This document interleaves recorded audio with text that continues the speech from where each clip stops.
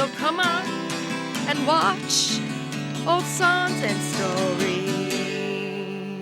stories. Well, good morning to you all. We're going to start our show today. We've got a wonderful story. We've got a few wonderful old songs. First old song we're going to do was done in 1968, and you're like, well, when I first started to play guitar, I played songs I remembered when I was a kid that meant so much to me. Those were the songs I taught myself. I'm totally self-taught. Even my reading, I taught myself. So I'm a total hack. But this song was written or done by Merrily Rush and the Turnabouts. It was done in 1968. It was also done by Juice Newton in 1981. I remember Merrily Rush's version. I'm going to do her version. And you're probably like, ooh, what song is that? And why would she do this song for a kid's show? Because if I was 4, 5, 6 years old when I heard this song, and I remember, well, some kid might like it and remember it too. So here we go. It's called Angel of the Morning. There'll be no strings to bind your hands, not if my love can't bind your heart.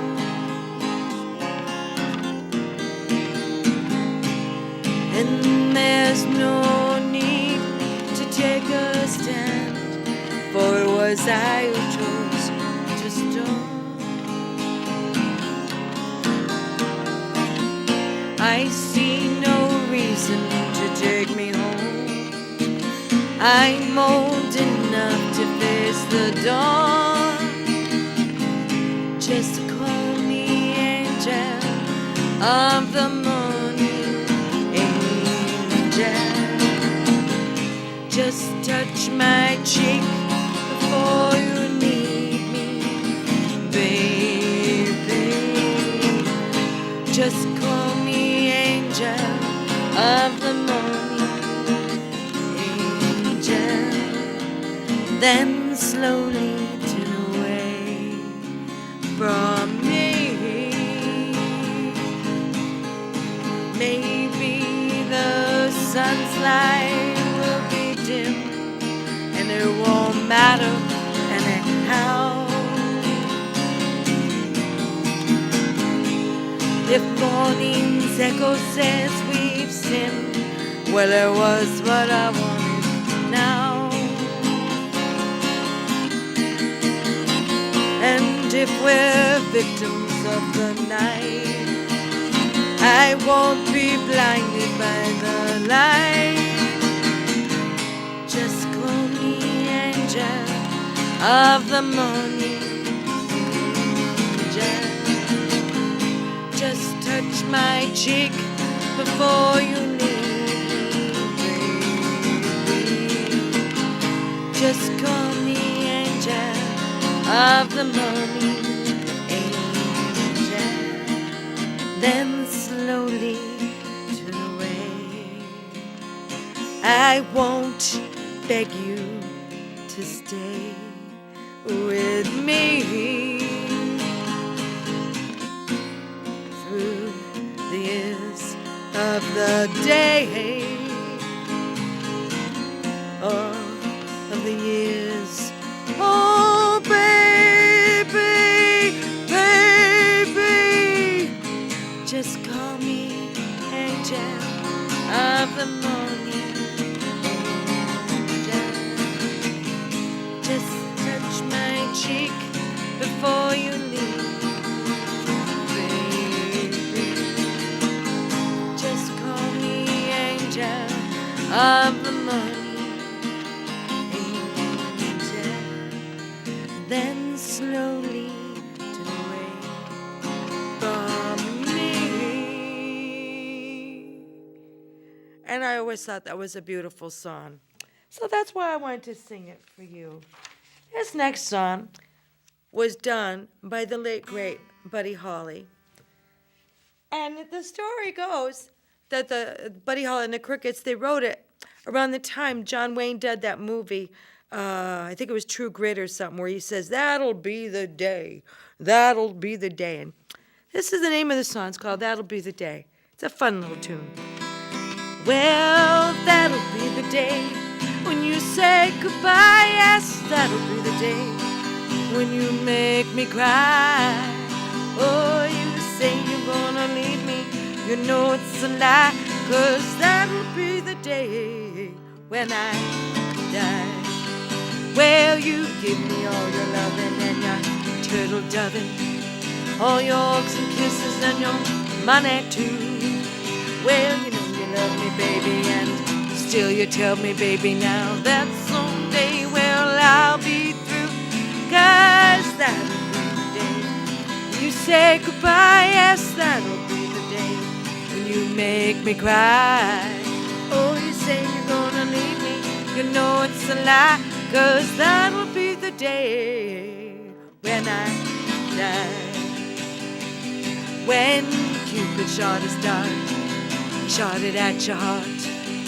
And if we ever part and I leave you, well, you say you love me and you tell me, baby, now that someday, well, I'll be through, 'cause that'll be the day when you say goodbye, yes, that'll be the day when you make me cry.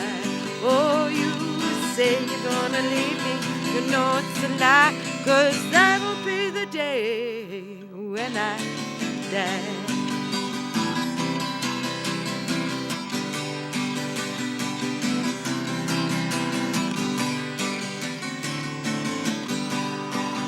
Well, that'll be the day. Woo-hoo, that'll be the day. Woo-hoo, that'll be the day. Woo-hoo, that'll be the day. And he actually does that in the album. Woo-hoo. I can't do it like him because he's got the crickets behind him. But go listen to some Buddy Holly. He is truly awesome. I think he is the king of rock and roll. Some say it was Elvis, but Buddy Holly to me is it. That's why I do a lot of his songs. This next song I wanted to do specifically. I learned this song. This song I heard, the first time I heard this was 1973. I heard this song, and I taught myself this song when my daughter was going through a lot. My daughter was getting bullied. And it seemed appropriate to me to learn this song. And I heard it from the Mary Tyler Moore theme show. And it's called Love Is All Around. It was written by Tony Curtis. Here we go. And it was like, I learned it from my daughter. How will you make it on your own? This world is awfully big, and girl, it's time you're all alone. But it's time you started living, time you let someone else do some giving. Love is all around now, don't you feel? You can have the world, why don't you take it? You're gonna make it after all. Maybe you got a kid at home and they're getting picked on. I want you to spend the day with them. That's why I learned this song, because who can turn the world on with their smile? Who can take a nothing day and suddenly make it all seem worthwhile? Well, it's your kids, and they should know it. With each little glance, you should be telling them about it, that yes, you love them. Love is all around now, don't you fake it? You can have the world, why don't you take it? You're gonna make it after all. And I learned it for my daughter and for Morgan and for other kids and other people out there. Maybe you don't think you can make it. Maybe your world is not filled with love. And that's a sad thing. And that's the story we're going to read. And I'll try not to cry. I think I cry for this because it's my daughter and every bullied kid. So you'll have to excuse me. That's why I learned that song. This next song I heard in 1971. Jerry Orbach sang it. And it was September. And it was like everything rhymed. And I was a kid, like I'm saying. I'm a kid. I'm 6 years old, 5, 6 years old, and I'm hearing this. And it's called Try to Remember. Try to remember the kind of September when life was slow and oh so mellow. Try to remember the kind of September when grass was green and grain yellow. Try to remember the kind of September when you were a tender and callow fellow. Try to remember when life was so tender and follow, follow, follow, follow. Try to remember when life was so tender that no one wept except the willow. Try to remember when life was so tender that dreams were kept beside your pillow. Try to remember when life was so tender that love was an ember about to pillow. Try to remember, and if you remember, then follow, follow, follow, follow. Deep in December, it's nice to remember, although you know the snow will follow. Deep in December, it's nice to remember that without a hurt, the heart is hollow. Deep in December, it's nice to remember the fire of September that made us mellow. Deep in December, our hearts should remember and follow, follow, follow, follow, follow. When I was a kid, I didn't understand, but the snow will follow as the gray hair. It's about getting old, about being young. That's what that song's about. Hi, this is my daughter's favorite puppet, but she's very upset at me. I'm very mad at you, and you know it. You know I'm mad at you. You're reading this story just to torment me. I accidentally washed her. She was a beautiful kitty, and I washed her, and I ruined her looks. You know you ruined me, and now I'm an ugly duckling, and you read this story to torment me. No, you've not heard the whole story, and you should know something. To my daughter, even as crinkled up as this beautiful kitty is, my daughter, this is the most beautiful kitty, because when my daughter was scared or lonely or afraid, she would tell this kitty all her secrets. And you're still beautiful. And you need to sit and listen to the full story. Because The Ugly Duckling has a good ending. It's a sad story, but with a very good end. So now we will start our story. It was a lovely summer day. The wheat was golden, and the flowers dotted the meadow. Beside them were cool forests with deep lakes. Near the green hedge by the water, a duck sat on her nest, waiting for her eggs to hatch. She had been sitting a long time and was getting tired. At last one cracked and then another, and each little duckling poked its head out and cried, "Cheep, cheep, cheep, cheep, cheep, cheep." And Mother Duck was overjoyed. "Quack, quack," she said happily. But when she saw that one egg had still not hatched, with a sigh she settled down on her nest. "How are you getting on?"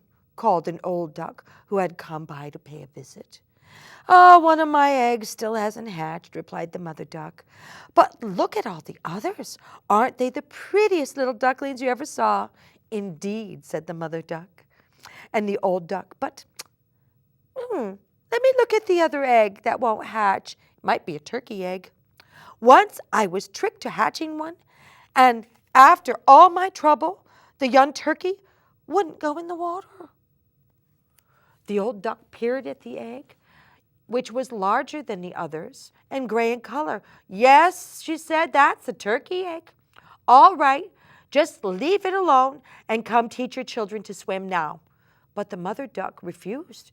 "I've been here so long already," she said. "A few more days won't make any difference. Suit yourself."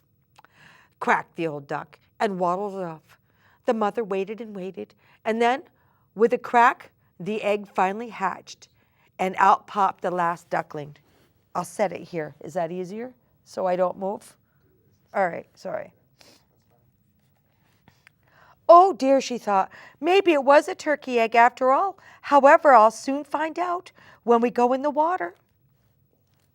Oh no, I'll start here. The mother waited and waited, and then the egg finally hatched, and out popped the last duckling. He was very strange looked duckling. Indeed, so large and gray, even his mother had to admit he was rather ugly. "Oh dear," she thought, "maybe it was a turkey egg after all. However, we'll soon find out when we go in the water." Early the next morning, the mother duck led her brood to the river, and in jumped into the water with a big splash. All of them, quack, quack, quack. And she cried, and out fought first all the little ducks. And before long, they were all swimming very nicely, including the ugly duckling himself. "How skillfully he uses his feet," his mother said, "and how well he holds his head up high. He's not a turkey. He's my very own baby duckling, after all. And if you look at him closely, he's not really that ugly at all." Feeling very proud, she beckoned all of her ducklings out of the water and marched them over to the barnyard. She wanted to introduce them to the other animals. Along the way, she was instructing her ducklings how to behave properly. Hold your head up. Don't turn into your toes, and bow to everyone, especially the old duck with the red tag tied around her head. She's Spanish and of royal blood, and very noble. Here we are. Now be sure to say quack to everyone." The little ducklings had learned all their lessons very well and did as they were told, and the older ducks looked them over very carefully. "Another brood of ducks." "Ducklings," sighed one very large gray duck, "as if there aren't enough of us already." And he pointed to the ugly duckling. "This one is so big and awkward looking. We don't want him here." The large gray duck then bit the ugly duckling on the neck. "He's not doing any harm," said the mother. "Leave him alone." And the old duck with the red tag on her head legs spoke. "The others are very pretty," she said, "but your last duckling is very ugly." "That can't be helped," replied the mother, "but he swims very well, and he's very polite and well behaved. I'm sure he'll turn out all right." "Very well," sighed the old duck. "He can stay. Make yourself at home." And the other ducklings were treated well, and in a short time they felt comfortable in their new surroundings. But everyone was mean to the ugly duckling. Some ducks bit him. Some made fun of him.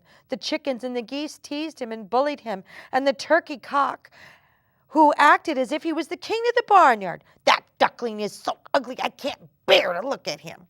and then he flew off at the other ducklings and scratched at him with his claws. The other ugly ducklings, brothers and sisters, they weren't kind to him either. "Oh no, you're so ugly creature," they scoffed whenever they saw him. "We wish that the cat would get you." Day by day, the animal's scorn grew worse. Finally, one evening, the ugly duckling overheard his mother say that she wished he was never born. Some of you out there might have heard that when you were a kid, or might have heard your mother or someone say that to you. Don't you worry, that's nonsense and foolishness. You have a reason and a purpose in this life, just like this beautiful duckling does. "They are afraid of me because I'm so ugly," the duckling thought. And he flapped his wings and he flew away into a great marsh where the wild ducks lived, and he settled there for the night. Early the next morning, the wild ducks noticed the ugly duckling and stared at him with curiosity. "What kind of duck are you?" they asked. The ugly duckling bowed politely. "I don't know myself," he replied humbly. "Well," the wild duck said, "you're certainly very ugly, but you seem nice enough. And so long as you don't want to marry any of our kids, you can stay with us." The ugly duckling agreed, and they all flew across the marsh together. But suddenly there was a loud pop, pop sound, and the wild ducks fell dead in the weeds. And soon there were popping sounds all around, and hunters soon surrounded the marsh and were firing at the wild ducks. The ugly duckling was terrified. He hid from a clump of reeds, and soon a ferocious-looking hunting dog came running at him, and it glared at the ugly duckling and sniffed. But it didn't stop. "Oh, I'm so ugly, a dog won't even bite me," the ugly duckling thought. And then he lay very still until the hours later, and the shots had stopped and the marsh was quiet again. He could see that there were wild ducks had fallen and trembling all over and toward the forest. He was so scared. It was evening, and a storm was rising, and the rain began to fall so hard the ugly duckling could not go on. He stopped at a little cottage. Finding an open door, he walked inside. An old woman lived in the cottage with her prize hen and a big tomcat, and she loved them very much. And when the ugly duckling entered in, the hen began to bark, bark, bark, bark, bark, bark, bark, bark, and the cat began to meow, meow, and called out, "What's all the noise?" When she spotted the ugly duckling, she was delighted. "Oh," she thought, "he was nice, look, and fat duck, by a nearby farm. What good luck. Maybe he'll lay me some nice eggs. I hope you're a drake. Here, have some breadcrumbs. What good luck." She dearly loved to have some delicious duck eggs. And when the ugly duckling gave breadcrumbs, the hen and cat scowled. They liked to think that they were the mistress and the master of the house, and they were not at all pleased with their new guest. "Can you lay eggs?" Bark, bark, bark, bark, bark, bark, bark, bark, bark, bark, bark, asked the hen. "No." "What good are you?" Bark, bark, bark, bark, bark, bark, bark. "Can you arch your back and purr?" "No," said the ugly duckling, hanging his head. "Then what good are you? What can you do?" "Well, I can swim." And he told them how pleasant it was to swim in the cool water and to dive to the bottom. Pleasant! Oh my God, it sounds dreadful to me. Why, the cat is the cleverest creature I know, and he's told me many, many times it's awful to get wet. If you are to live here, you'd better forget about swimming and learn to lay eggs or purr, or you won't last here much longer. After the hen pecked at the ugly duckling and the cat scratched him whenever he got too close, at last the duckling decided, well, the storm's gone, I better move on. He flew across the field until he came to a big pond in the middle of the forest. Here he could swim and he could dive as much as he liked, and he could be careful to avoid other creatures because he had grown ashamed of his ugly appearance. Sometimes kids in school, they get picked on so much and they withdraw. Spend some time with your kids. Autumn came and the leaves on the trees turned red and gold. And the wind grew sharper and colder, and all the leaves danced and whirled in the trees. Winter was coming soon, and soon the clouds grew thick and pale, and the snow of hail fell, and it was difficult and lonely time for the ugly duckling. One evening, as the sun was setting, he sat at the edge of a pond, shivering, looking up at the sky. The clouds were radiant and bright, and flying overhead was a flock of the most beautiful birds he had ever seen. They were snow white, with strong wings and long, graceful, beautiful necks, and the ugly duckling had never seen birds like these. He did not know that they had existed. They were swans. They were flying south for the winter. Their feathers gleamed, and the last rays of sunlight spreading their wings. They turned and uttered a cry unlike anything he had ever heard, and they rose higher into the sky. The ugly duckling marveled at their beautiful necks. Without knowing why, he stretched out his neck and called out to them, a cry so strange it frightened him. And then the gorgeous birds were gone. Although he did not know what they were called, he felt so very close to these animals, closer than any living creatures before. He felt a deep longing to be with them and to be proud and lovely as they. But what would such beautiful birds say if they were to see me? The ugly duckling thought. The winter grew cold and fierce. Now the poor ugly duckling had to swim in circles all day long to keep the water from freezing over every day and night. Space they swam that grew smaller and smaller at last until the pond froze so hard that ice cracked, and the ugly duckling became so exhausted from trying to swim into the pool that he nearly fainted and froze upon the ice. The next morning, a peasant who was passing by spotted the stiff, cold creature and picked up the ugly duckling and carried him to his home and wife. And the wife placed the ugly duckling near the warm fire, and he soon woke up. Wanting to play with the duckling, the children ran toward him, and quick movements frightened him, and the duckling was so badly fluttered, knocking over a milk jug, and then he flew into a butter cask, and then corn marrow was all over him, and he was such a sight. The woman screamed, running after him with a poker, and the children laughed and tumbled over each other, trying to catch him, and the poor ugly duckling barely managed to escape out the window. Exhausted and heartsick, he hid in the bushes. He was very sad to tell you all the hardships the ugly duckling endured during a very long, icy winter. But one day he woke up to feel the warm sun shining on his back, and tiny leaves had sprouted on the trees, and birds were singing, and flowers were poking out in the dark earth, and it was springtime, and it was a beautiful spring. The ugly duckling flapped his wings. He felt so much stronger than before. He rose up high in the air and flew until he came to a large garden. Apple tree blossomed there, and wild trees lined a clear stream, dipping into long branches into a cool water and into a beautiful, inviting spot. The duckling flew down and settled into the stream. Soon, 3 beautiful white swans came gliding towards him across the water. Seeing the beautiful birds made the ugly duckling sadder than ever. If I, the ugly one, swim over to those royal birds, he thought to himself. If I, the ugly one, swim over to those royal birds, they will surely kill me for daring to come near them.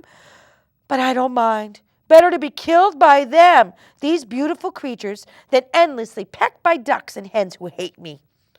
Entering the stream, he slowly swam toward the proud swan, and the moment they saw him, they rushed toward him, their wings raised high. Go ahead, kill me, he whispered. The ugly duckling, he bent his head towards the water, waiting to die. He saw his reflection in the clear water, and to his amazement, he was no longer a dark and gray bird, awkward or ugly. Instead, his head and neck grew long and graceful, and his feathers were white as snow. And to be born the duck in a nest in a barnyard makes no difference to a bird hatched from a swan's egg. The ugly duckling had grown into a beautiful swan. The other 3 swans swam up to him and stroked his neck with a beak to welcome him. Soon the children came running to the garden and threw cake and bread into the crumbs for him. Look, they cried, there's a new swan, and he's the most beautiful one of all. Once the ugly duckling heard that, he felt quite shy, and he hid his head under his wing. He had been teased and mistreated because of his ugliness, and now he heard someone being called the most beautiful of all the birds. Looking around at the bright sunlight, the fresh green trees, and clear sparkling water, he ruffled up his feathers.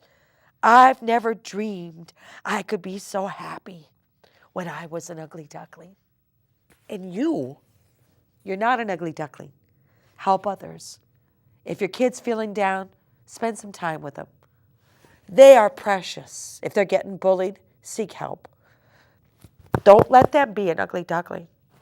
Don't let them get picked on. That's what I wanted to share with you. You take care and have a great show. And now you know you're a beautiful swan too. Next week will be Halloween, and we're going to do a scary story. Not sure which one yet, so I can't tell you. Take care. Bye.